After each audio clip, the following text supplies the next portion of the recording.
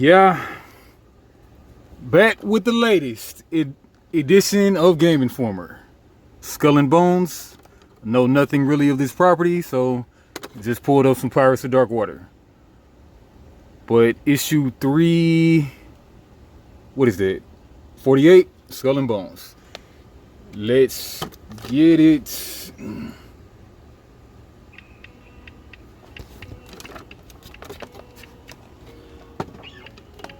Okay, chasing the free-to-play carrot. I've been honored to play games with 3 outstanding individuals almost every night for a decade. One is a friend I've known for 30 years. The other 2 I met in Overwatch matches at the height of that game's popularity. When we hook up to play, anything goes. We talk about life, get to know each other on a granular level, and often laugh until we can hardly keep our eyes open. We mainly play Fortnite these days, but also bounce between anything noteworthy at the time. As much as I love a great single player experience, nothing comes close in the gaming world to spending time with this crew. Lately, I've been cheating on my group. My daughter, girlfriend, and her 2 boys have developed an admiration for Fall Guys. We're having an absolute blast playing it as a family. I usually catch wind of someone wanting to play right around the time my other group hops online. I don't mind having this conflict between friends and family, but it did throw up a red flag. Both Fortnite and Fall Guys use the same free-to-play model. The games are great fun to play in their own right, delivering excitement and plenty of screaming in any given match, and are heightened by desirable battle pass unlocks. I want to reach level 100 in Fortnite to unlock Darth Vader. The boys want to do the same thing in Fall Guys to get Mechagodzilla. Epic Games and Mediatonic have created the perfect storm of delivering kick-ass games with kick-ass rewards. I should also point out that the paint never dries in either game. There's always a new mode, big event, or surprising addition to renew our interest and drive us to play. I know I'm complaining about having a great time with 2 beautiful groups of people, but as someone who's witnessed the rough beginnings of free-to-play gaming and how it exploited players, I don't feel comfortable going all in on these titles. I don't mind buying a periodic skin or subscribing to a battle pass, but I still take issue with it being on a timer. Coupled with the ability to purchase levels alongside it, that's a ticking clock that puts stress on the player. I hope Epic someday makes the battle pass last forever so we can pick away at them at a comfortable pace. So until we speak again, here's hoping I unlock the Dark Lord of the Sith to use when playing with my friends, and a crocodile head for my bean when gaming, when playing with my friends, and a crocodile head for my bean when playing with my friends, and a crocodile head, oh man, I read that 3 times, with my family. I'd love to hear about your free-to-play experiences and how often you play them. Shoot me an email at reiner@gameinformer.com. Alright, Skull and Bones. As Ubisoft prepared to unveil a new look at Skull and Bones, Game Informer met with game leads from the Singapore development studio for a more in-depth exploration of the project. We learned additional details about the winding path to the game's upcoming release and how the game's creators hope to hook players in for the long sailing voyage. Like the long in-development game, our Skull and Bones cover shows the ship ready to set sail, but not yet out to sea. Its pirate crew member is ready for exploration into a setting that's a world away from the Caribbean locales that might first come to mind when considering a swashbuckling life. Whether from wildlife to be tamed or other ships in search of treasure, danger beckons on the high seas. Hey. Alright, page 10, cover story, Skull and Bones, Saints Row, Mario and Rabbids, Sparks of Hope, the Summer 60 E3 retrospective. Okay, Sonic Frontiers. I was surprised to see Sonic Frontiers on this month's cover. I recently watched a couple of gameplay videos on IGN and thought the game looked rather dull. But after reading your impressions from several hours of playing it, I feel better about Sega's unique open world approach. The combat and puzzle sections sound ambitious and fun. I won't buy the game until I read reviews, but it no longer rings my Sonic 2006 alarm. A part of me hopes Sonic Frontiers is excellent because we've been waiting decades for a good 3D Sonic game. Another part of me hopes it flops because that usually forces Sega to make more classic design 2D Sonic games, which I love playing. Either way, I can't lose, right? Okay, Final Fantasy. Almost every video game series stays true to its core, from the story and characters to the gameplay and graphics.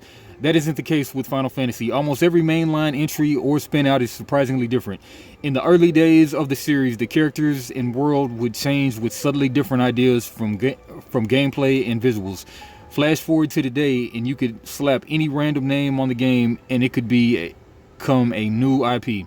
The connecting tissue is hardly there. Maybe a chocobo or that cactus thingy. I can't think of any other game series that has been such a chameleon. Santa Brown, Oakland, California. The Mario and Sonic games shake up the formula, but the lead characters and worlds are almost always identical in tone.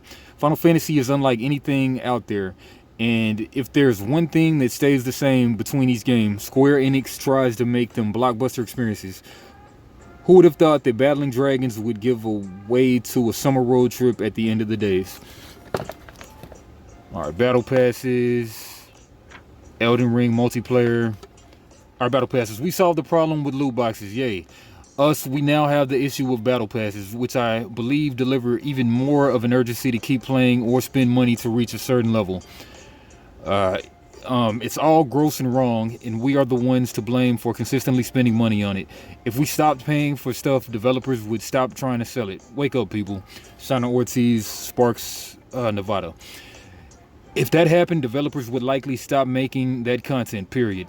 The days of playing a fighting game and unlocking 20 additional characters for no charge are long behind us. That's a sad thing to say. We lived through a great period of rewarding people for spending significant time with the game. Now most unlocks are on a battle pass. The argument can be made, what if the game is free to play and the battle pass is the only way for the developer to make money?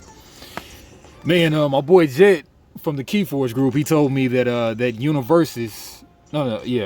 Multiverses, that Warner Brothers fighting game that's free to play, but I guess you got battle passes.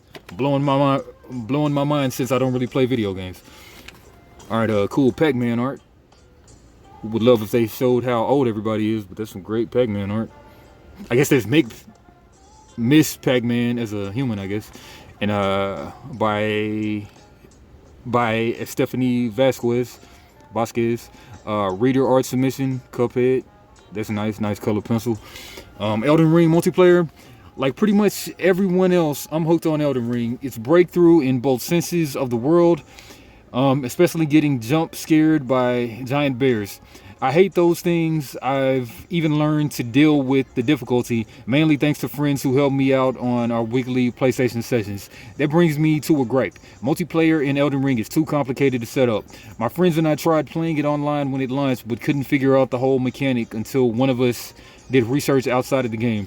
This is a suboptimal game mechanic if you have to Google how to join each other in a multiplayer session. Even after we managed to play together, it's not as fulfilling to be limited to boss fights and then disappearing back into your world.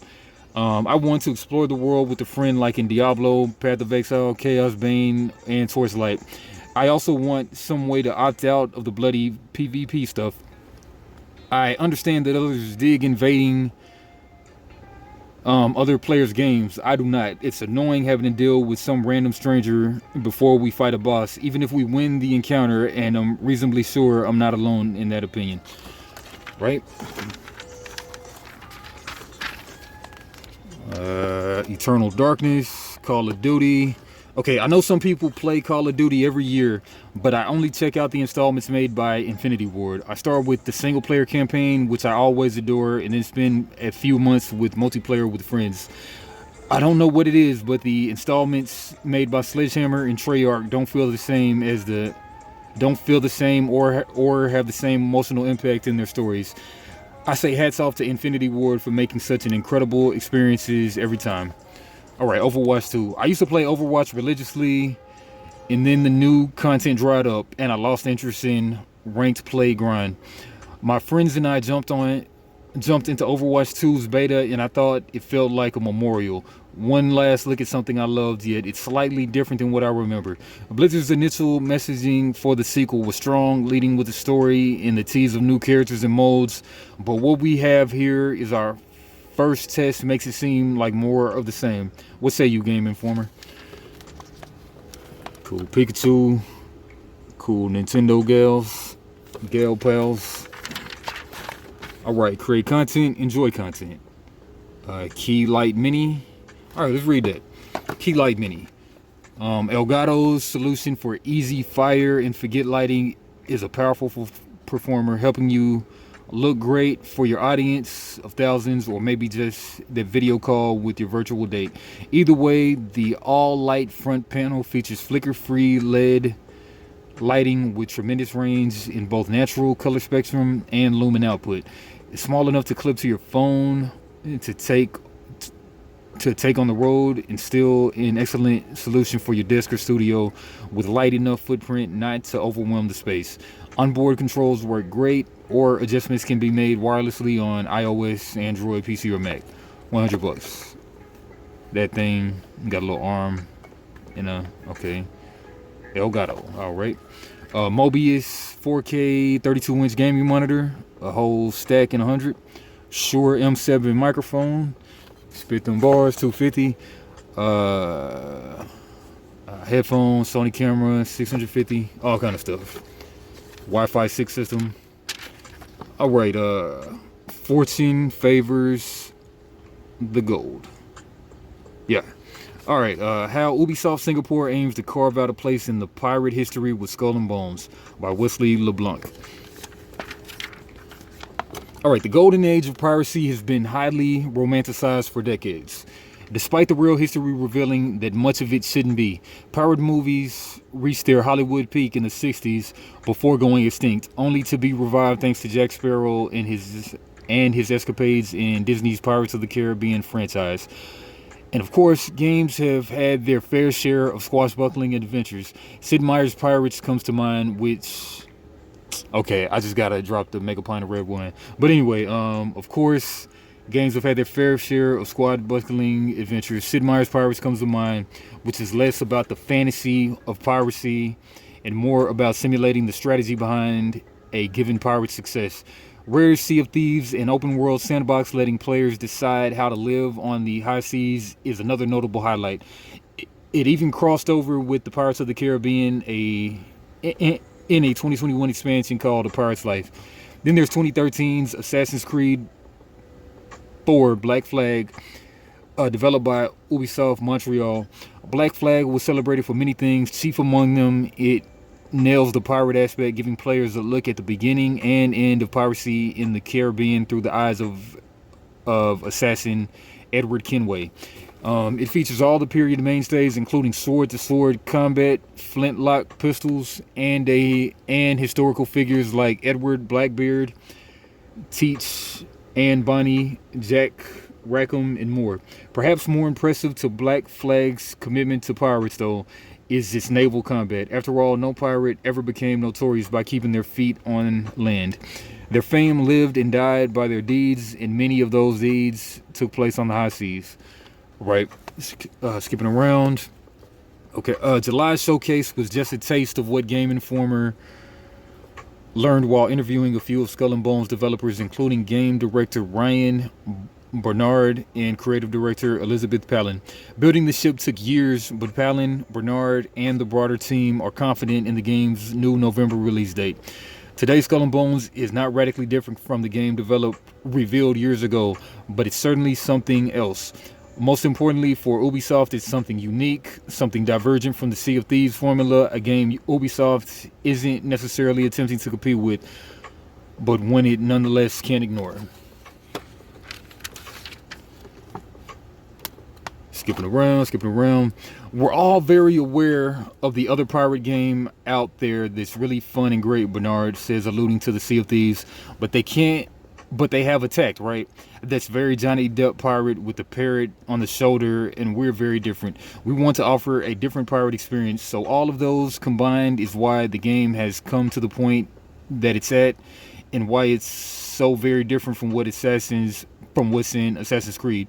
Hopefully players, when they play it, they have a little bit of that, like, oh, I thought this was going to be Black Flag. But what that game is offering with the progression system, with the depth of combat, with multiplayer and playing with others, hopefully that's going to override some of those things than what they may have had the impression the game would be. Alright, historical inspiration. I asked Skull and Bones art director Kobe Seck about the inspirations behind the game, with the knowledge that it was avoiding previously seen romanticized versions of piracy. Seck said that the team's inspiration came from real-world objects. We took inspiration from old masters paintings and learned how they depicted the cell shapes, movements, and waveforms to form the foundation of our visual language, he says. In order to aid the research on ships, the team also went to Lomarda 2019 at Rouen, France, to get inspiration from real ships and adapt it to our game.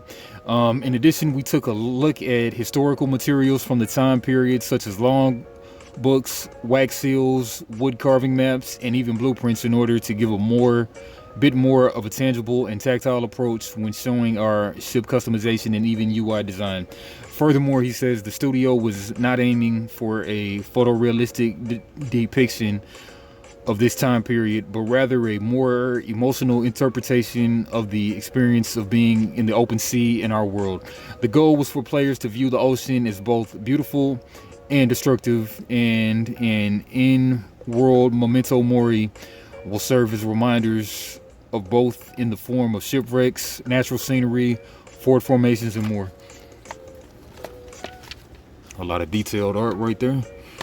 While the entirety of the game can be played solo, the team says cooperative play will give you the best Skull and Bones experience, both in terms of challenge and reward. A crocodile's meat might be used to feed your crew and keep their morale up, but their skin might be more useful at the nearest pirate den. Interesting.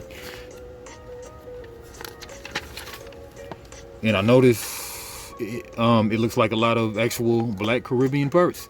Okay, pirates dens like this will serve as hubs to restock, repair, and upgrade ships before your next contract. Okay, as you grow from pirate outcast to kingpin, so too will your arsenal of customization options.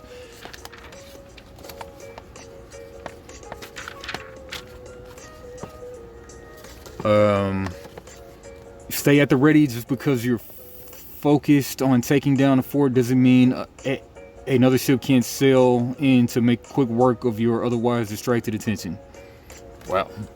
Cutthroat. Alright, relivable fantasy. No, believable fantasy. Crazy island structure right there. While much of Skull and Bones is based on history, the team did take some creative liberties in creating new locales, characters, and more to fill in its ocean, its Indian Ocean. Alright, last paragraph. That's what has me most excited about Skull and Bones. What will it be at launch? What will it be a few months later, and a year later, and perhaps a few years later? I've never stuck with the live service game for too long, but as a fan of pirates and someone looking for something new in this space, Skull and Bones feels like it could hook me in. Bernard, Pellin, and the team certainly sound in it for the long haul, but that remains to be seen. Tides change in the games as a service space, and I'm excited to see how Ubisoft Singapore handles each rise and fall in Skull and Bones. Alright, A Day in the Wild West, a journal of hands-on play and co-op hijinks with the Ambitious Saints Row reboot. Boisterous business discussions and the clankering of silverware ring out from the crowded patio of a corner restaurant in the heart of Champaign, Illinois, a small college town 2 hours south of Chicago. Lording over these hungry patrons, it is the stoic face of Deep Silver. But listen, the studio's logo hangs a few stories above the lunch spot on the side of the brownstone building.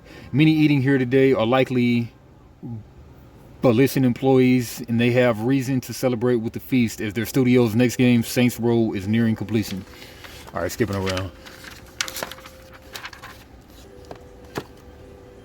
I'm a new martial recruit aiming to make the world a better place through a bit of TLC, technologically advanced weapons, loose morals, and culture of conflict. My first martial mission is with a sizable squad of dozen people wearing the same gear I am. I get to know a few of them although through another nicely animated sequence boasting sharp writing and the Saints Row humor we've come to expect. We're storming a historical location called the Silver Gulch, which appears to be a tourist trap showing what the Wild West once was. We're here to apprehend someone named the Nahali. The Nahali. All I know is his name. Okay. Some kind of vamp chick. The open world is finally available for me to explore. I hop into a beat up pickup truck to see what it offers. The vehicle has a loose arcade-like feel and it can almost turn on a dime. Thanks to an overly emphasized power slide, which ranks up experience points every time I use it, the experience system harks back to Saints Row 3 and rewards me for driving dangerously, like into oncoming traffic and narrowly avoiding cars. The world around me is primarily a brown desert, but I can see black smoke and fire spewing from factories on the horizon. A pocket of industrialization is out there, and I'm racing toward it.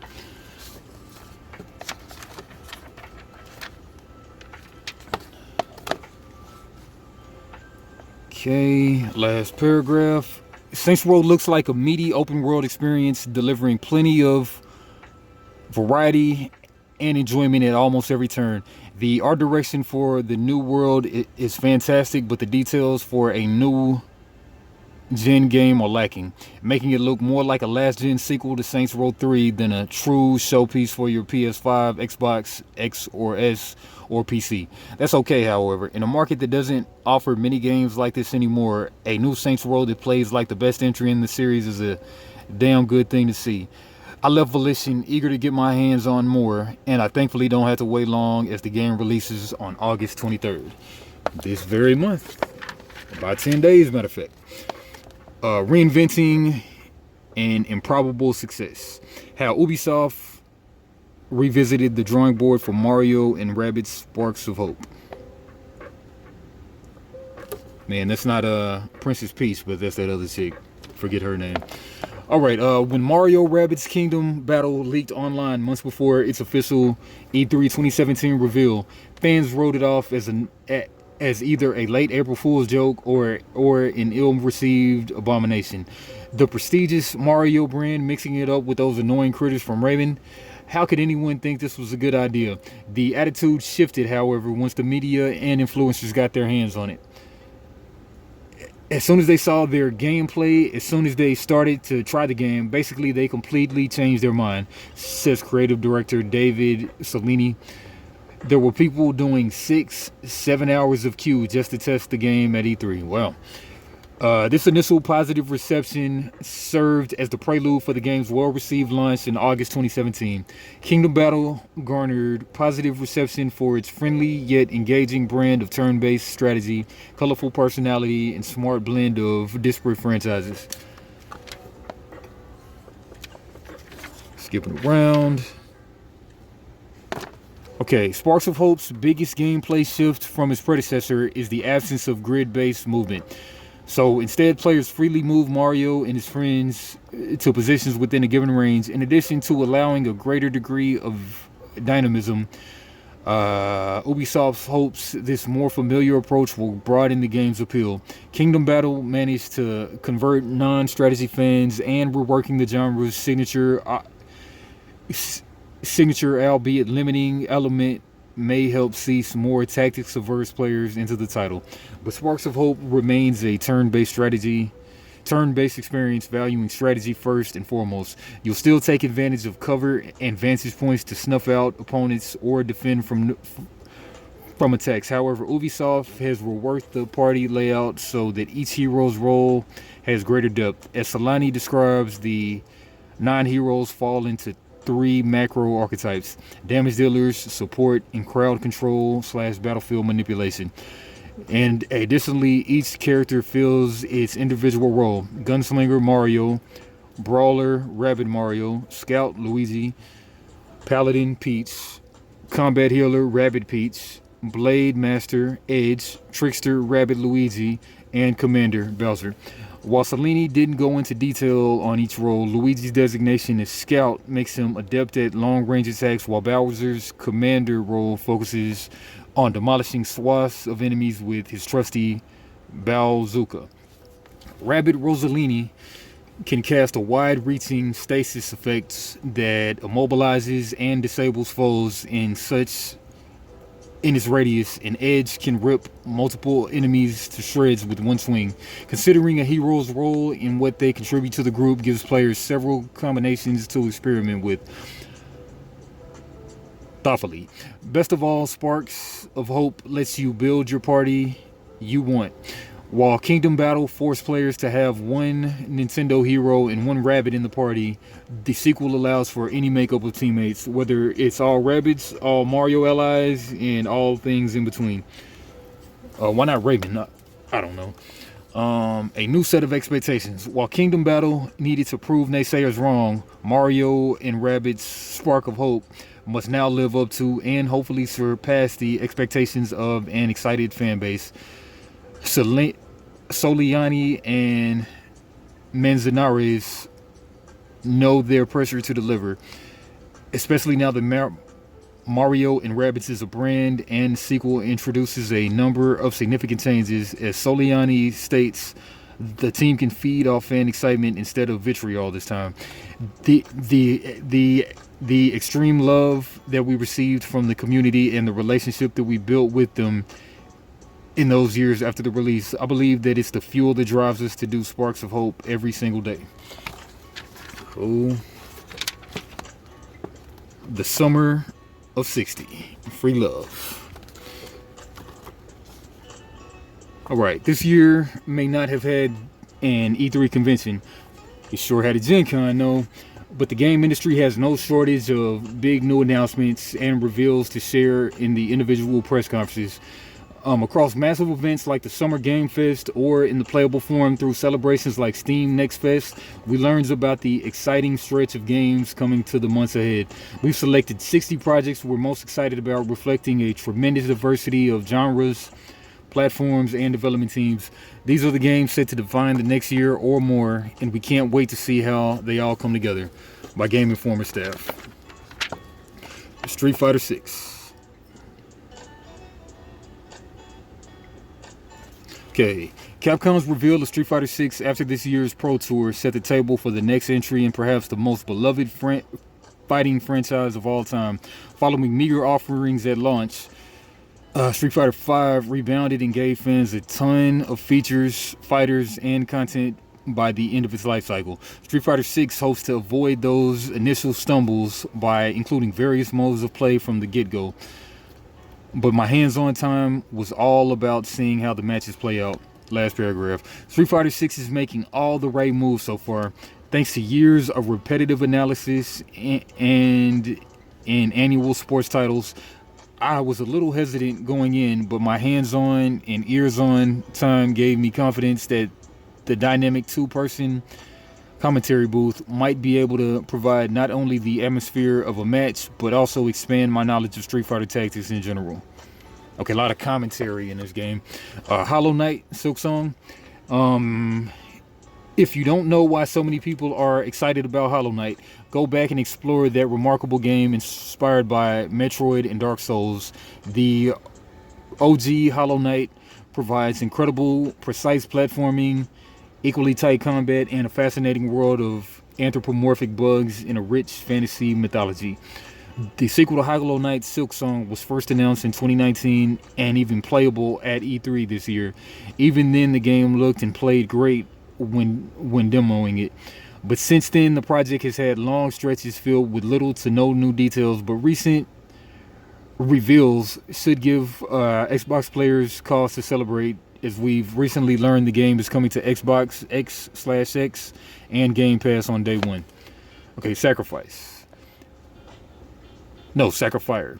Sacrifier fired up. Sacrifier, reminiscent of 90s classics like Chrono Trigger and Final Fantasy VI, Its developer Pixelated milks homage to the iconic JRPG that began our love affair with gaming. Underground metropolises enhanced by ancient technology and mystical forests home to demons are the primary explorable zones, augmented by hand-drawn character sprites and 3D modeled environments. Cool. Okay, Aliens Dark Descent. A widespread debate among Xenomorph fans is picking the better movie, Alien or Aliens. I haven't watched Aliens yet. I need to watch that. The former delivers the suspense of being hunted, while the latter provides the thrill of battle. In the video game world, Alien Isolation does a fantastic job replicating the tension of being trapped in tight quarters with a relentless killing machine. We're still looking for the great game counterpart that shows humanity's fight against these monsters.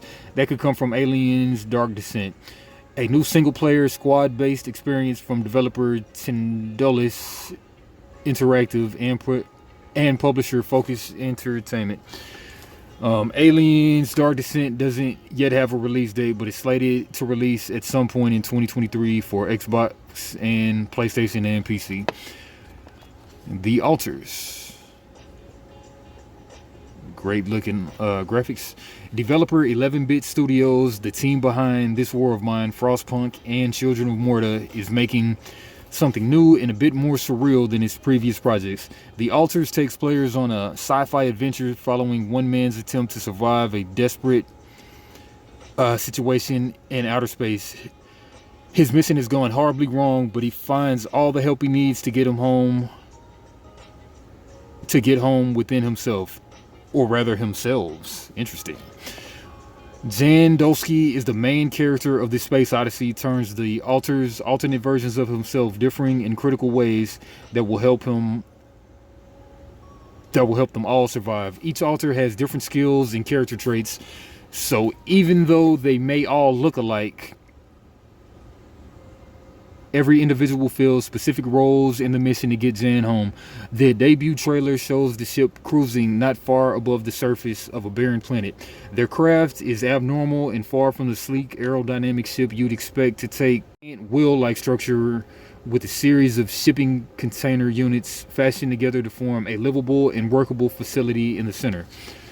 11-Bit Studios lead artist Tom Kikiowski says the Alters has aspects of psychological thriller with a dash of horror, but it is also obviously deals with surrealism. He says this lands in the realm of classic sci-fi story by anchoring to a relatable topic and applying fictional scientific solutions such as creating alternate selves. Despite its classic narrative design, the gameplay is contemporary, focusing on system design and non-linear gameplay. According to Kissa Aliwix, is designed for players to create their own stories.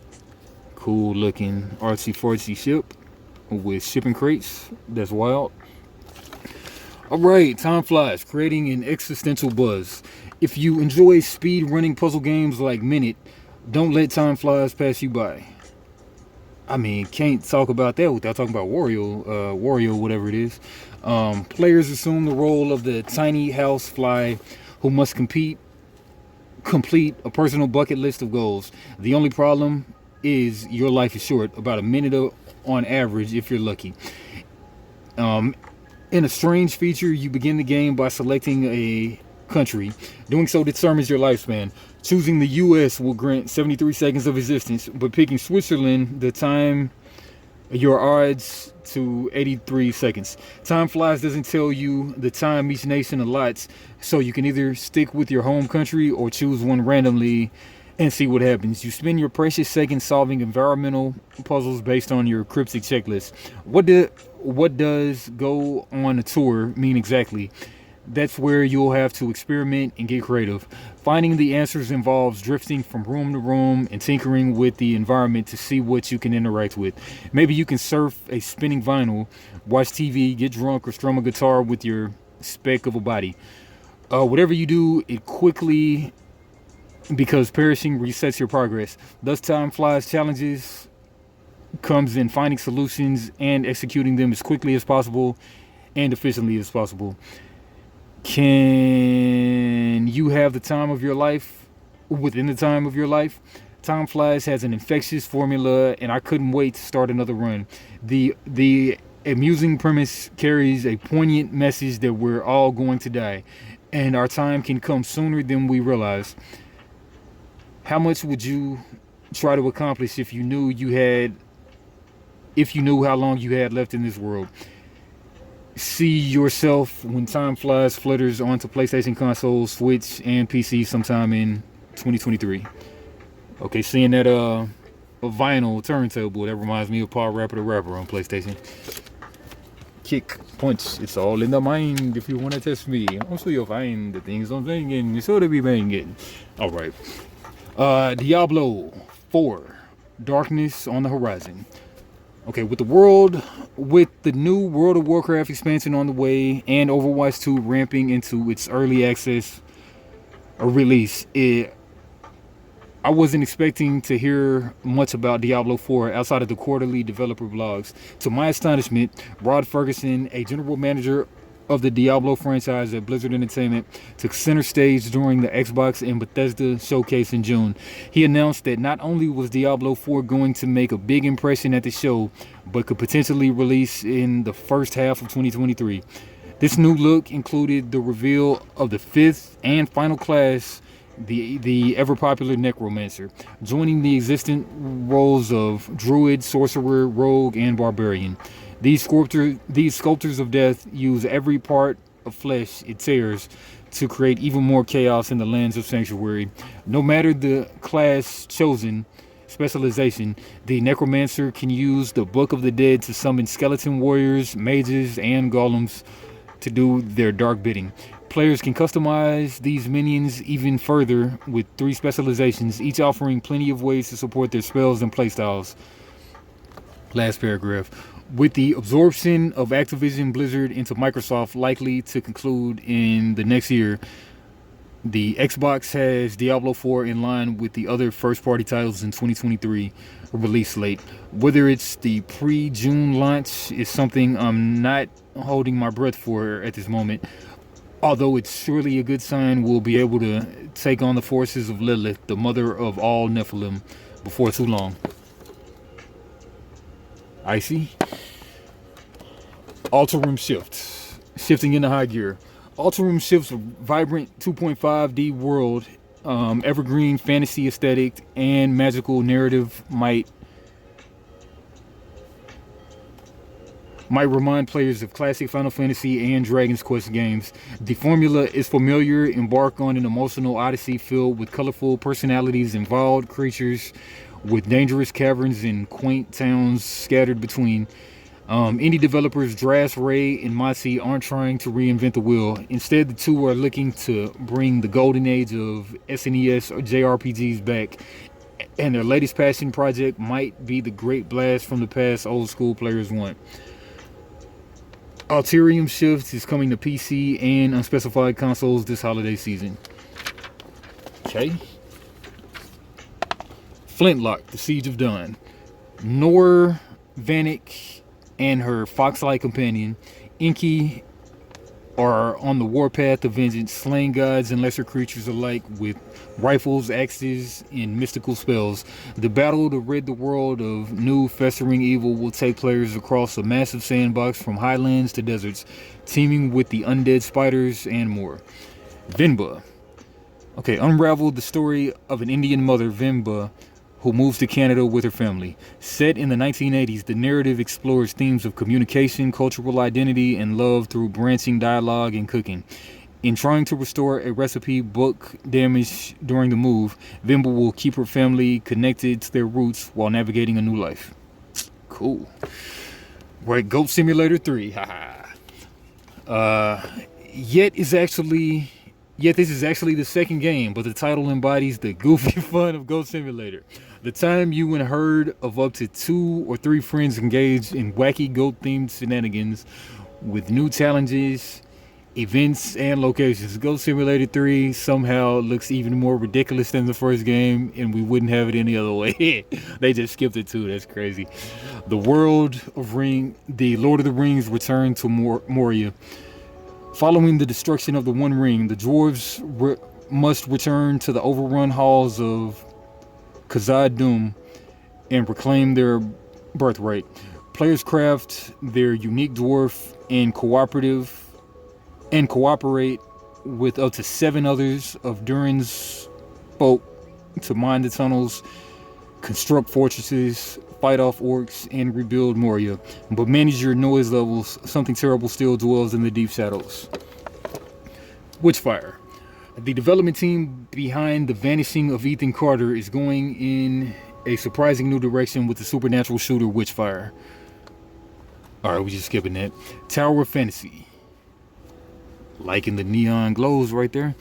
Tower of Fantasy has been kicking around since early this year, but it had a big showing at Summer Games Fest, anime in style and presentation. It's an open world multiplayer sci-fi game coming to your mobile and PC this year. Your mission is to combat the heirs of Ida on their home planet of, you guessed it, Ida. Thirsty suitors. Okay, wow, thirsty suitors. Alright, its vibrant look and wild premise make Thirsty Suitors one of the most intriguing games coming in the future.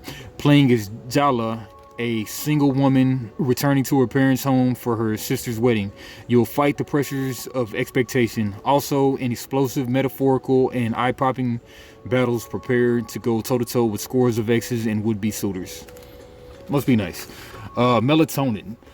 This dreamy rhythm game didn't catch my eyes at first. Its pastel aesthetic is unquestionably attractive, but the initial pitch sleep-inspired music minigames left me ambivalent. But after playing the game's demo, I'm a sweet dream believer. Melatonin's whimsical levels, pitch-perfect challenges, and surreal vibe make for a mesmerizing experience. Okay, everything is pink scale. Crazy. Alright. Sunday Gold. Rotwood. Rollerdrome. Rollerdrome looks real cool. Tinkin. Alright, Sunday Gold. Bloody aftermath of crime. Taking in the vein of Za/Um's Disco Elysium, released in 2019, Sunday Gold is a Chinese RPG, I guess, recalling the golden age of point-and-click adventures. The game, developed by BKOM Studios, was announced in June in the Future Game Show. Okay, currently Sunday Gold is only announced for PC, and it doesn't have a firm release date. Nevertheless, you can expect to play it sometime this year. Rotwood.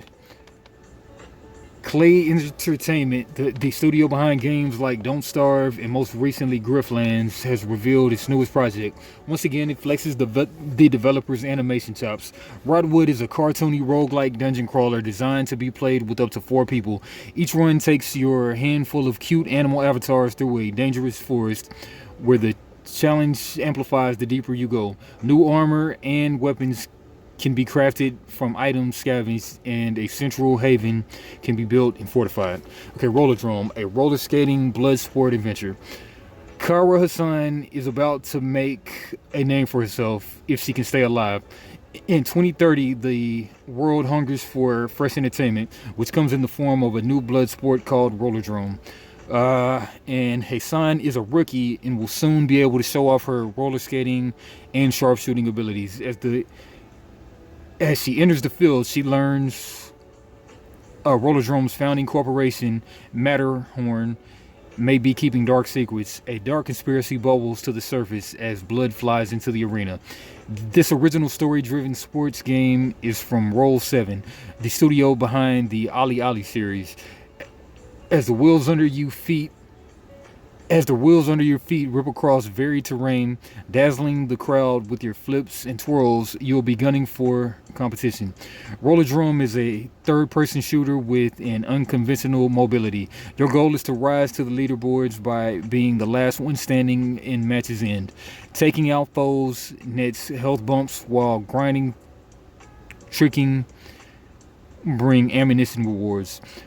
Roller Drum appears to be one of those shooters where you can't stop moving and need to tear it up to take down the house competitions, much like the much like American Gladiators. Roller Drum will be released on PlayStation consoles and PC on August 16th. T minus 2 days. All right, Tinkin Found Family. Tinkin Splash Team's odd Pikmin-like adventure touts an infectiously playful vibe. Milo winds up on an empty Earth, perpetually stuck in 1991 as the planet's newest minuscule resident. He befriends the multicolored armies of Tinkin, silly little creatures equipped with the perfect combination of abilities. Milo needs to return to his own world, navigate domestic environments. Okay, navigable domestic environments have become cityscapes for Earth's smallest critters and emphasize puzzle-solving platforming. Milo relies on pink Tinkin to lift objects like platforms, green to form climbable ladders, blue for electric currents that can activate electronics, and Daniel, the lone red Tinkin, to blow up obstacles. The Tinkin are particularly resourceful and can be utilized to open new pathways, gain access to seemingly out of reach ledges, and keep any unanticipated dangers at bay. Cool little art. Tinkin. Forza MotorSport. Forza MotorSport, you're a dork. None of the sort. The Motorsport. Forza MotorSport 5's 2021 success brought the open world arcade racing spin-off series to new heights, but 2023's signals of the return of the original Forza series Motorsport. This simulation-style racing franchise has been absent for nearly 5 years following Forza MotorSport 7 in 2017, but Xbox is ready to bring back its mainline motorsport event early next year. One of the chief complaints about the current generation of console hardware is that most games have been cross-generation. Forza Motorsport does away with the last-gen consoles to focus solely on Xbox, XS, and PC. As such, Xbox in turn 10 tout this entry is built from the ground up for more powerful hardware, which has enabled them to implement all of the aforementioned improvements. Hopefully that spells even greater heights for the franchise and its traditionally stunning presentation when the game launches in the spring of next year. Starfield. From the Elder Scrolls V Skyrim to Fallout 4, Bethesda's Game Studios is known for making massive role-playing experiences that embrace player choice and allow for hundreds of hours of exploration. The studio's next project, the space adventure Starfield, looks to dwarf both titles with over 1,000 explorable planets. Wow.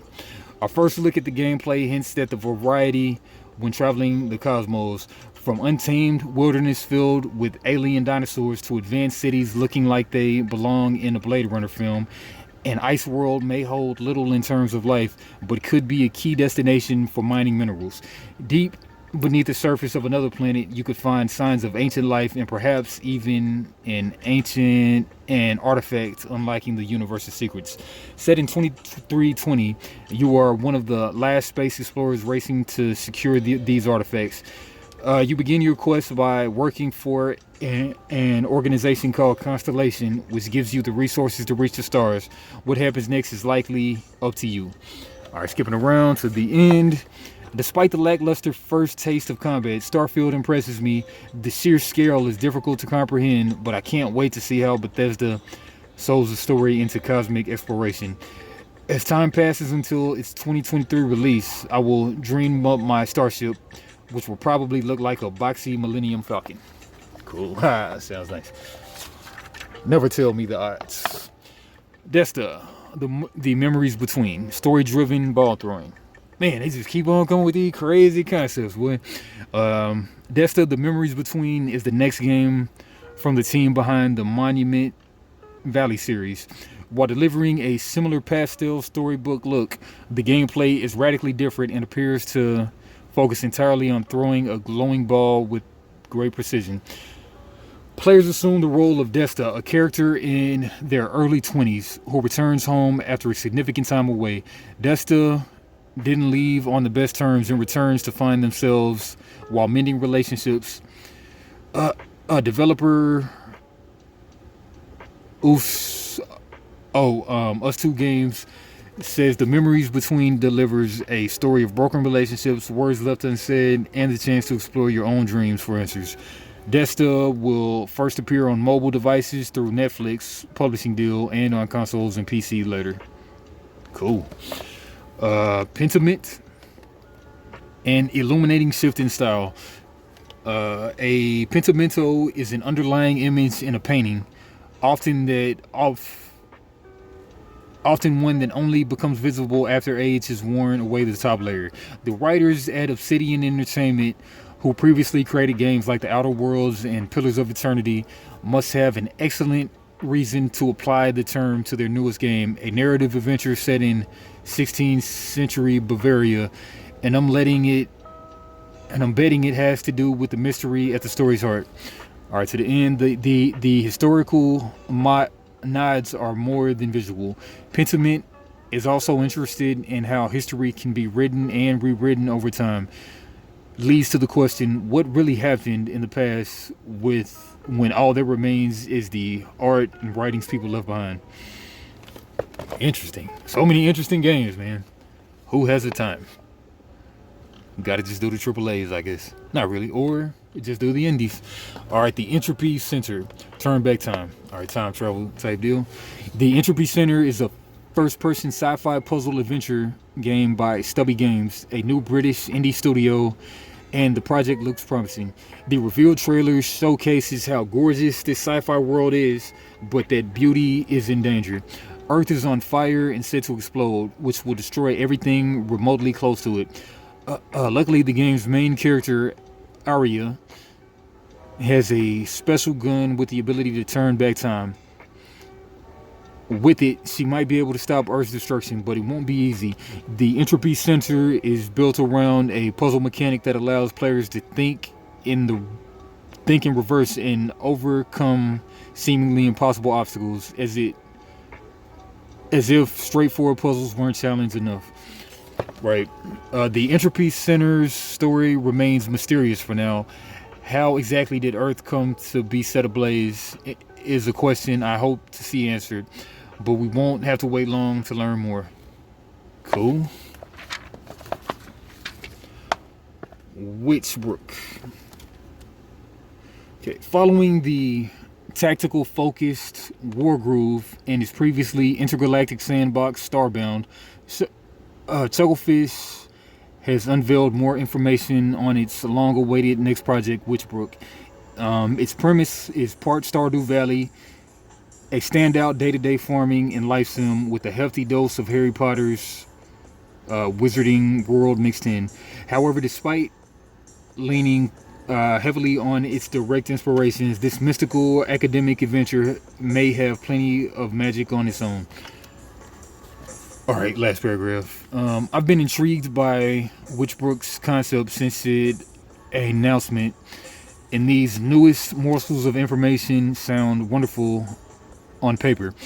The ingredients it's stirring into the bubbling cauldron could make Witchbrook a potent potion, but we won't know for sure until we finally get our hands on it. Okay, Ill. Ill looks disgusting, even though it's revealed during the future game show was just 30 seconds long. There's a year's worth of teaser videos on YouTube you can watch if your stomach can handle it. I can't recommend them though. Details on Ill might be scant, but at the very least it looks like Team Cloud is making one of the grossest games of all time. Wow. Okay, Outpost, working title. Outpost is a part action-packed first-person shooter, part settlement building tower defense. The multiplayer title tasks players with gunning down enemies while also scavenging for materials to construct, you guessed it, Outpost. These bases can be kitted out with numerous weapons and for defending from incoming invaders, and you can manufacture resources such as ammo. Ship of Fools. This cooperative nautical roguelite mixes the chaotic elements of Overcooked and the course charting adventures of FTL. Players frantically stay up positions on a ship to defend themselves and the vessel from the dangers lurking in the briny deep. While sailing to new locations along the way, you will visit mysterious islands and collect treasure, trinkets, and power-ups to make sure each wacky journey becomes a successful voyage. Serial cleaners. Serial cleaners task players with scrubbing crime scenes inspired by Quentin Tarantino films and other classic action and crime thrillers of the 90s. Man, these concepts is out of this world. Stealth is the core to your experience. You can't let the authorities know what happened or that you were even there. Serial Cleaners brings 4 characters to mop up blood, bodies, and clues, each handling business in their own way. Alright, yeah, I used to, I did an internship at the Dallas County Medical Examiner's Office. I got to see some nice gruesome scenes. This game is right up my alley. Alright, Wanted, Dead.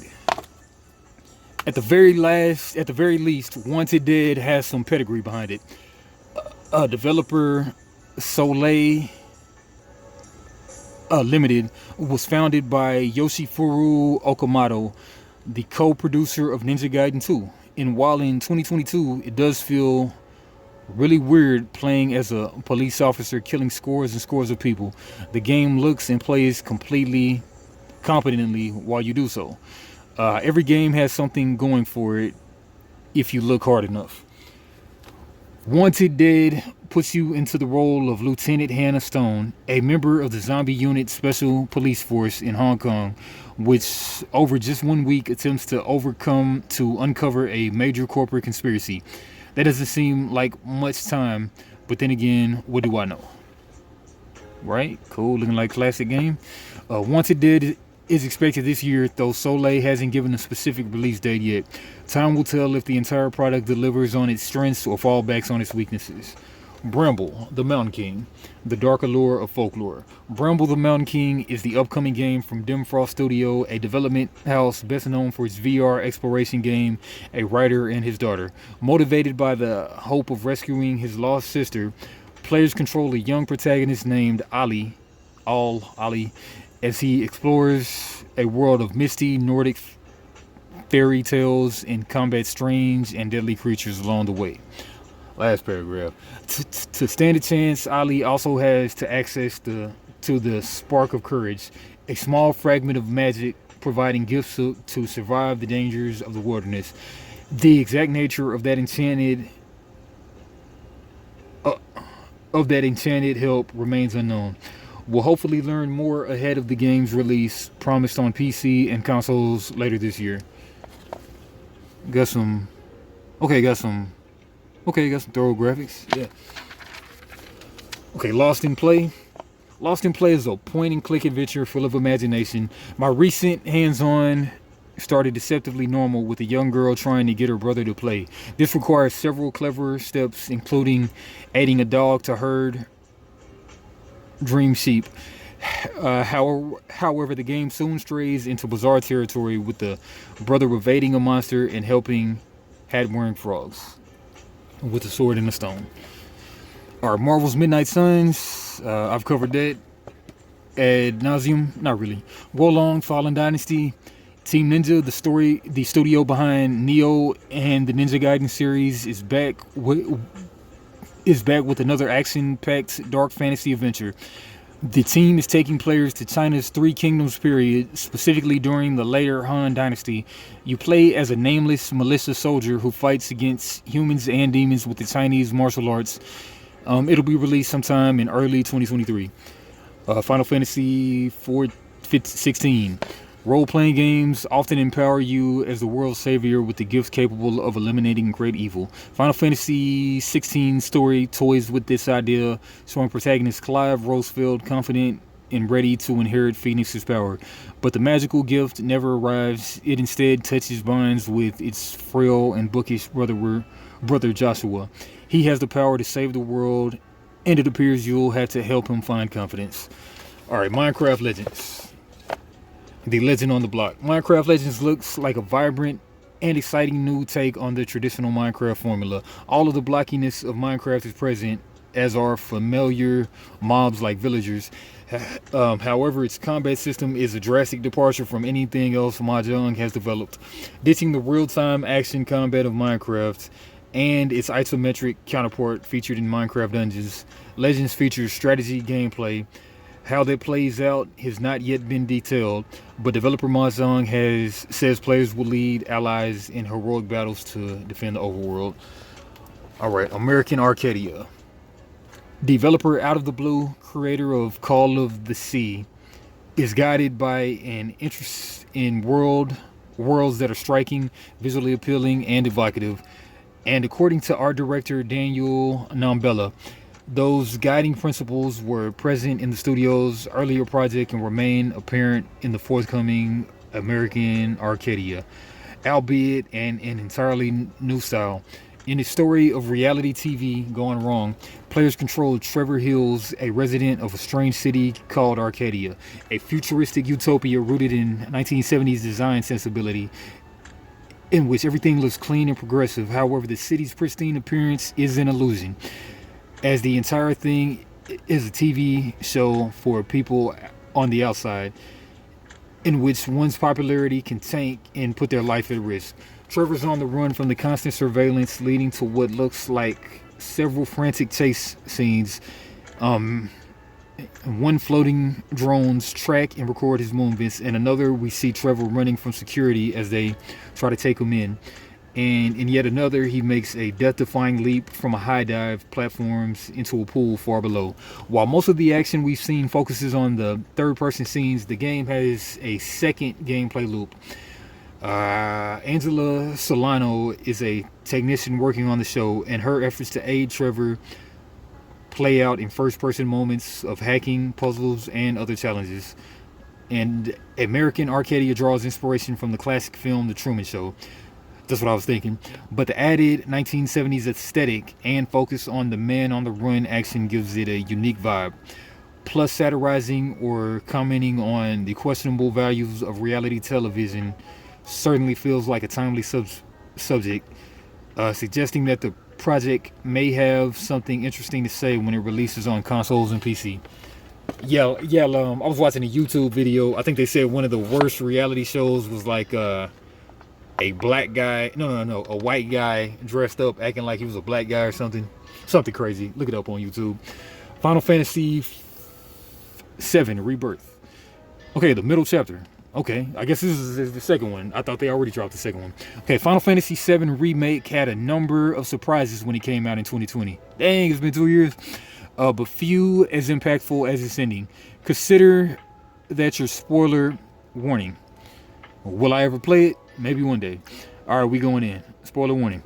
Players already knew at the time that the game would focus squarely on the events in Midgar in the original game, but the final hours provided several new insights. Most importantly, received the implication that the remake story is actually an alternate timeline. What? In which events may not be set along the same path as we recall from the original game. Wow. Okay, Zack's still alive or something, I don't know.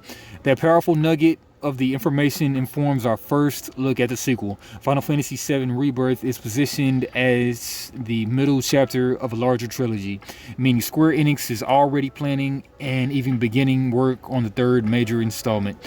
Related projects will further flesh out those three core games, including the newly announced Crisis Core Final Fantasy VII Reunion game, which remasters the original PSP Crisis Core title focused on the character Zack.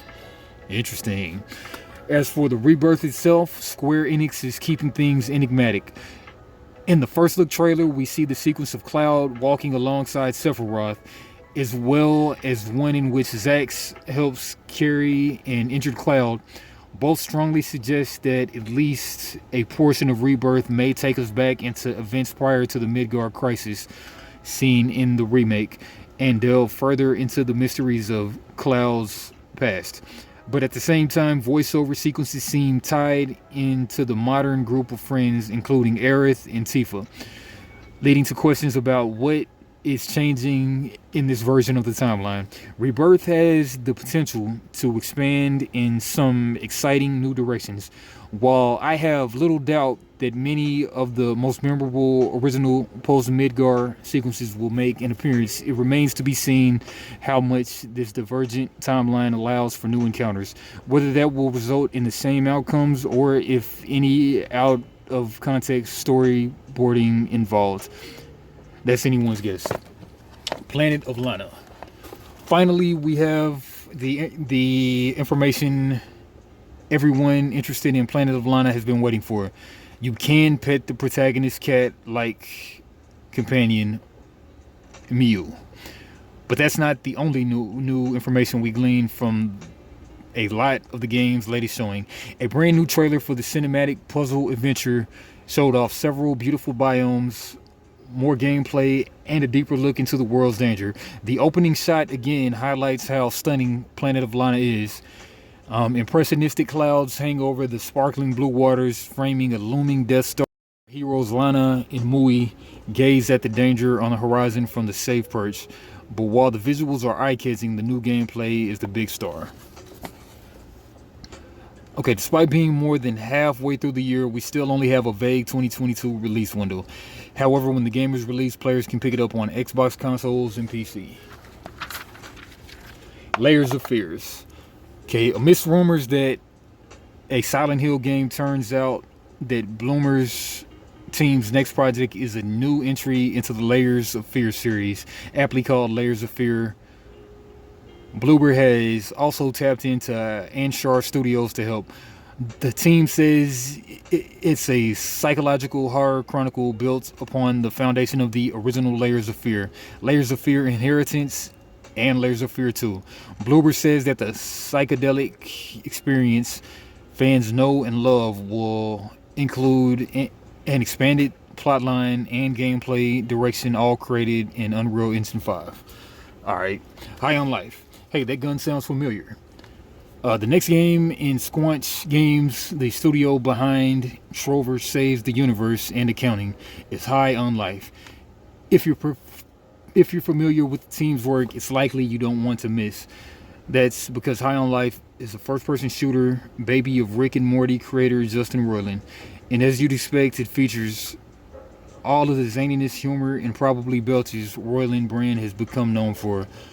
Plus, it has talking guns. Oh yeah, like I remember seeing something about this. Don't I? No, maybe not. Okay, talking guns, crazy. When you're not shooting down alien drug cartel members, you'll be meeting strange beings, recovering valuable resources, and soaking up the atmosphere of various beautiful alien worlds. The visual style of High on Life is a bombastic. Excuse me. Hey, I had a Justin Roiland burp.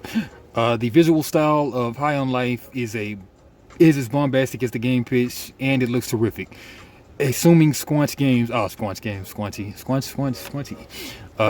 has wrapped all of this into a very Roiland story, it could end up being one of the funniest games of the year. Since its reveal, Roiland has revealed that High on Life is an absolute dream game that we were kind of building towards this whole time. I can't wait to check it out in a few months. Okay, Roots of Pacha, Stone Age Valley. Fans of Stardew Valley should prepare to travel back in time in Roots of Pacha. The pseudo Stone Age life sim makes imagined prehistory your sandbox as you work to ensure your clan continues to thrive. I recently went hands-on with this inspired by humanity adventure and was struck by how much players will have to do in this world. Cool. Nightgale. Last paragraph. Nightgale is currently on PC exclusive, coming to Steam and Epic Games Store, and there are plenty of reasons to keep an eye on it. Besides the game's appealing graphics, gas lamp style, and distinctive concept, Nightgale has some familiar faces behind the scenes. A large portion of the team at Inflection Games is made up of former BioWare developers. Though this project differs from the past games the group's experience might makes Nightingale a title we'll be watching out for when it launches in early access sometime later this year. Alright, first paragraph. Nightingale is a bewildering mix of concepts. Players jump into the rich world with friends or alone as if it were a single player experience, but the shared world concept means it always retains some aspect of multiplayer. However, the meat of the conflict doesn't come from other players as in some online games. Nightingale focuses on PvE, challenging players to work together against whatever the game throws at it. And the title's open world structure leaves a lot of opportunities for a challenge. As a survival game, one of the hurdles will be simply surviving and finding materials to craft everything from your basic needs to cool designs. Toss in a few mystical portals, multi-dimensional travels, and explorable fantasy realms, and you have Nightingale's general ideas sketched out. Cool. Cocoon. A vast desert landscape, sweeping, stylized, and tranquil, greets our eyes. It is not a desolate scene, though blanketed by monotonous sand. The environment boasts towering natural formations, flecks of green life, intriguingly uniform structures, and a black and purple balloon bobbing peacefully in the breeze. This last object so startlingly differs from its surroundings. It's the first hint that something unusual is happening in Cocoon. Alright, that looks like a hot air balloon or something. Alright, arguably the most exciting game attached to this project is Jeb Carlson. Before serving as co-founder and CEO of Geometric Interactive, Carlson was a lead game designer at Playdead, working on the hauntingly beautiful Limbo and thought-provoking Inside. Yeah, Limbo was great. Alright, Arctic Awakening. Your cargo plane has gone down in the frigid north. Your co-pilot is lost and you have no idea why your plane was torn into. And you have few means of survival. You have a floating robotic companion, but his only skill set is a court-mandated therapy bot. Things aren't looking great. Alright. Inkbound. A mismatch of genres favorites. Inkbound is the next game from Monster Train developer Shiny Shoe, and it mixes some of the most exciting genres in video games, such as action, RPG, tactics, and roguelike. It looks great too, blending dark fantasy and folklorish storytelling into an adventure that's unique from player to player.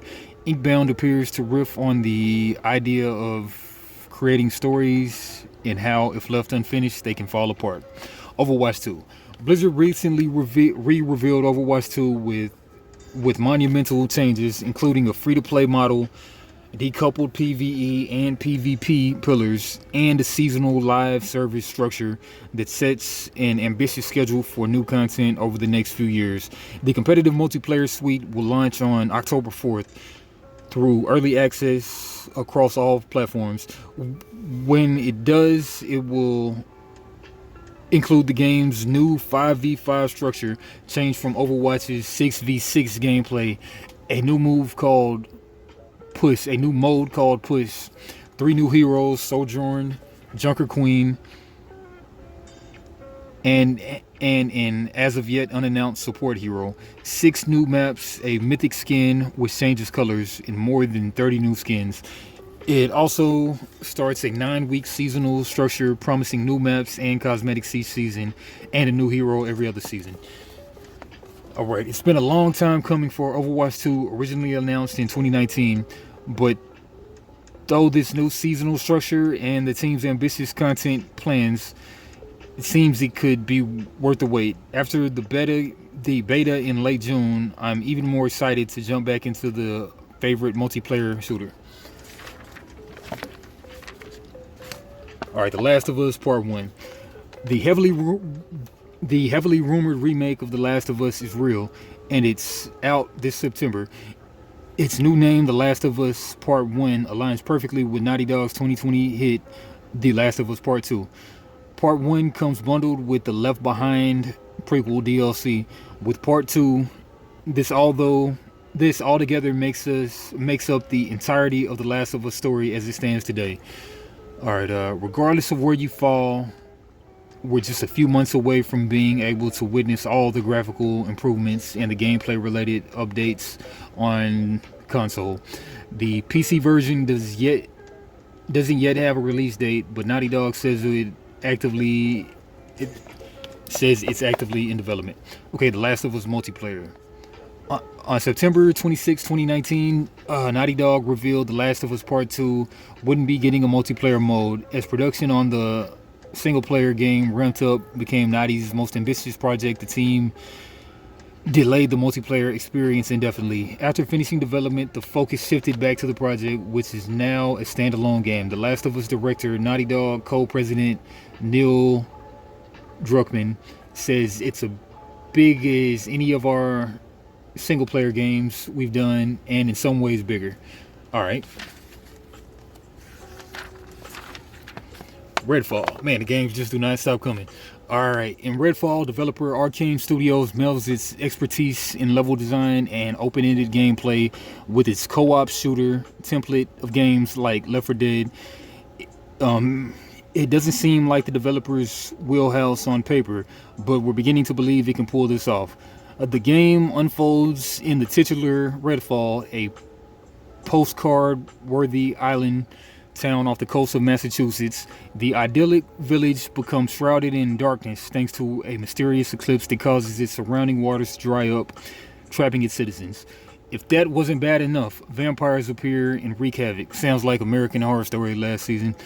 Some survivors have gone into hiding, but the more twisted members of Redfall's population become violent cultists worshipping these night creatures and attacking non-believers. Sounds crazy. Star Trek Resurgence. Star Trek Resurgence lets players boldly guide an OG crew where no one has gone before.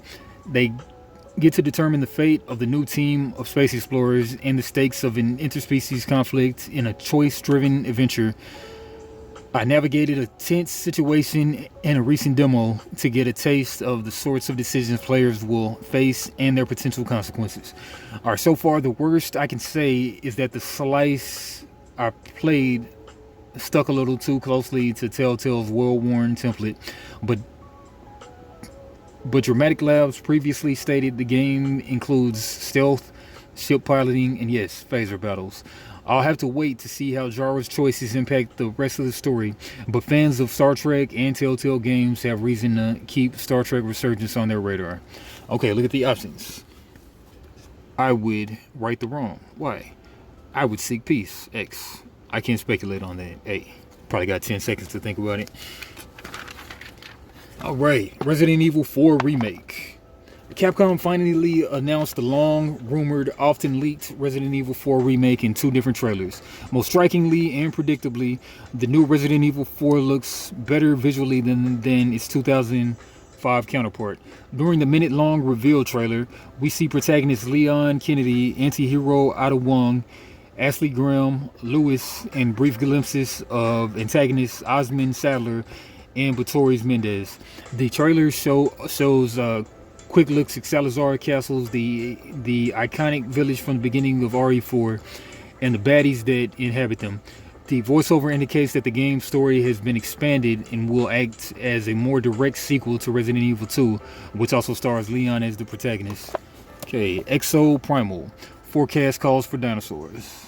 Okay, looking like Horizon? Nah, not really. Capcom continues to show off Exo Primal, its upcoming action game in which players control warriors in exosuits fighting off hordes of rampaging dinosaurs. An out-of-control AI called Leviathan unleashes these primordial beasts through rifts in the sky, forcing humans to fight them off in intricate and frankly inexplicable war games, usually at high risk of death and destruction of urban landscapes. Crazy. Metal Hellsinger. The very idea of Metal Hellsinger appeals to me. Slay demons in a modern Doom-style first-person shooter to the beat of newly recorded tracks from some big names in rock and metal. As someone who grew up playing the original Doom, loves the modern iterations, and has perhaps put more time into the Rock Band series than any other franchise, the Outsiders upcoming game checks a lot of boxes. Still coming into my hands on time with Hellslinger, I was skeptical. Thankfully, the demo I played reinforced that the game is indeed for me. Okay, interesting. The Fridge is Red. Easily the highlight of June's Guerrilla Collective livestream, The Fridge is Red looks like what you might find if you went to video game shopping in hell. Heavily inspired by PS1 horror games, it tells the story of Frank, stuck in his basement, staring for days as the titular red fridge. Not only the fear of terrible death keeps him in place, but also the hope of getting his daughter back. The game's Steam page reads, "The Silent Hill inspiration is palpable." The Fridge is Red is a collection of different horror stories or episodes. In the trailer, we see terrifying waiting rooms, people frozen in place, items suspended in midair, church congregations full of glowing-eyed patrons. Oh man. And an elevator ostensibly sending us to the bowels of the underworld. And what's undoubtedly the trailer's most gruesome moment, an eye is gouged out with an elevator button, which adds The Fridge is Red to a small list of games featuring ocular horror, joining the likes of Dead Space 2 and Red Dead Redemption 2. The Steam page describes The Fridge is Red as such: liminal spaces, surreal encounters, and uncanny strangers. You will see a sick, completely mundane setting spiraling down into distorted psychological terror. Later, the mature content descriptions reveal that losing a level will cause the player to be eaten by a refrigerator. There will be such elements throughout the game, the page reads. The low poly aesthetic makes The Fridge is Red more unnerving because the lack of detail, the brain fills in the blanks. What's rendered on screen is nothing compared to what's in our minds, though aesthetically it does have some pretty blatant inspirations. The most obvious is PlayStation 1 survival horror games, specifically Silent Hill, though there are splashes of Resident Evil and the like. Speaking of Silent Hill, it's hard to look at The Fridge is Red and not immediately think of PT, the playable teaser. For the now canceled Silent Hill games, once in development for the PS4, from Hideo Kojima and Guillermo del Toro, it also seems to pull from the host of horror films such as Ju-On, The Grudge, and The Ring, two of Japan's most famous horror franchises, movies. Mix all that together and you've got a scary game. In recent years, there has been a whole host of PlayStation-inspired horror games, so much so that it's become a tired trope in its own right, but The Fridge is Red stands out compared to its contemporaries, if only because based on a brief looks, it seems to be taking the aesthetic and adding its own spin, not just recreating games from 20 years ago with a new coat of paint. While there's no release date as of yet, The Fridge is Red developers recently offered a free playable Steam demo. Taking a cursory look at YouTube, the demo seems popular with streamers, including megastar Markiplier, who included it in his ongoing Scary Games video series. As of this writing, the episode features The Fridge is Red has 5.4 million views. With attention like that, it may just be the next big thing in horror games, or at least the next big thing in screaming horror games. Man, I might mess around and play that joint. The Fridge is Red. We'll write that down. Alright, Sonic Frontiers did that last month. The Callisto Protocol did that months ago. Call of Duty Modern Warfare 2. And how has it not been done? Routine unveiled nearly a decade ago. Routine has resurfaced after years of silence. Set on an 80s inspired vision of a lunar base, players must explore the facility to uncover why it's been abandoned. Malevolent AI machines also hunt you. Developer Lunar Studio Software rebuilt Routine from scratch, and we can't wait to experience its sci-fi terrors. Oh, The Fridge is Red. Alright, Neon White. Gave that a 9.5. Yeah, they said it was real good. In the trailer for Neon White, creator Ben Esposito said it's a game made for freaks. I guess that made me freak, because Neon White is my favorite game I've played all year by a large margin. You assume the role of Neon White, a dead assassin pulled from hell for a divine competition. Demons overrun heaven, so the powers that be task White and hosts of damned with cleaning up the mess. They do this by running as fast as possible through various distinct districts of the pearly gates, blowing away demons with the varying arsenal of heavy guns. With rare exceptions, playing through any level takes less than a minute. Neon White stresses you play as fast as possible at all times, emphasizes replaying levels for better times. Running and jumping feel excellent. They're fluid, quick, and give impression of floating through a level. But it's the guns where Neon White shines. You pick up firearms via cards, each with two functions. The first is shooting. The second, however, is the discard option, granting a brief platforming advantage. Discarding pistols gives a double jump. Rifles shoots you directly forward. Rocket launchers give a grapple shot, and so on. Last paragraph. Neon White. I just wanted to get to the card part, but Neon White achieves everything it sets out to with remarkable success. Not only is it one of the most entertaining experiences I've played in years, but it also speaks to an extremely particular audience. Many just don't anymore. It's for weirdos, misfits, and dorks. Neon White is one of the best games out this year, and it'd be a colossal mistake not to check it out. Man, games with cars, I mess with it. Stray, what everybody talking about? Stray is a game about being a cat. You see, explore, and mess with the world in the ways only they can, because you're doing so in one of the most densely packed video game worlds in recent memory. There's plenty of room for kitty antics. Luckily, Stray wastes no time letting you fulfill any feline aspirations you have.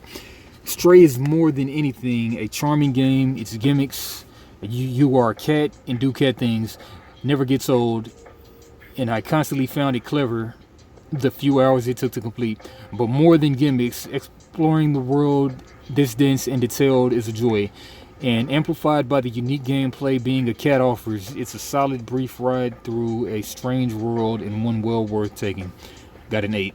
Sonic Origins got an 8.5. Having the best versions of the classic Sonic saga in one bundle is supremely satisfying already. Monster Hunter Rise Sunbreak, 7.75. For someone already invested in Monster Hunter, there's plenty to love in Sunbreak. Just don't expect to see a lot of new content in the opening hours. Cuphead, The Last Delicious Recourse, 8.75. The Delicious Last Course. It's more Cuphead at the end of the day, but I had a great time revisiting Studio MDHR's wonderful animated universe, testing my mettle against its villains, and feeling fist-pumping triumph again. Madison succeeds in building tension and puzzle variety, 7.25. Fire Emblem Warriors 3 Hopes, got an 8. Okay, Enchantment, Esteem, and Eulogies. E3's undeniable impact on the industry and uncertain future. Do you miss E3 in-person events? I'm sure many of you do. Man, that thing is packed. Got a bus out there. Whose bus is that? Fortnite bus. Okay. Magic off the stage. Greg Miller. His E3 career. Oh man. God of War. Shanty sing along. Talking about Skull and Bones again. Let's read the last paragraph of that E3. I would be heartbroken if E3 went away. He says, I think all of its warts and problems, E3 is something special for both the people who attend and the audience back at home watching. I love E3 and I want it to succeed. But I want E3 to succeed doing the right thing. I don't want it to exist. I want it to exist because it's benefiting the industry, the fans, the publishers, the developers, you name it. It needs to work for everybody. All right, one more paragraph. The king is dead. Long live the king. Inevitably, any conversation about E3 will feature the participants questioning each other about the first time they attended. I couldn't resist asking Miller, but it led down to an unexpected path. Without delay, he implies that the first E3 he attended was in 2007, following this up with something slightly startling. And it's notable because it was the year E3 died. Okay, 2007. Man, it died in 2007? Surely not. And maybe it came back. Alright, but that's been an hour, 30 minutes. Foyo Games. Like, comment, subscribe. Check me next month. where maybe we get a IP that we already know about. All right, mess with your boy.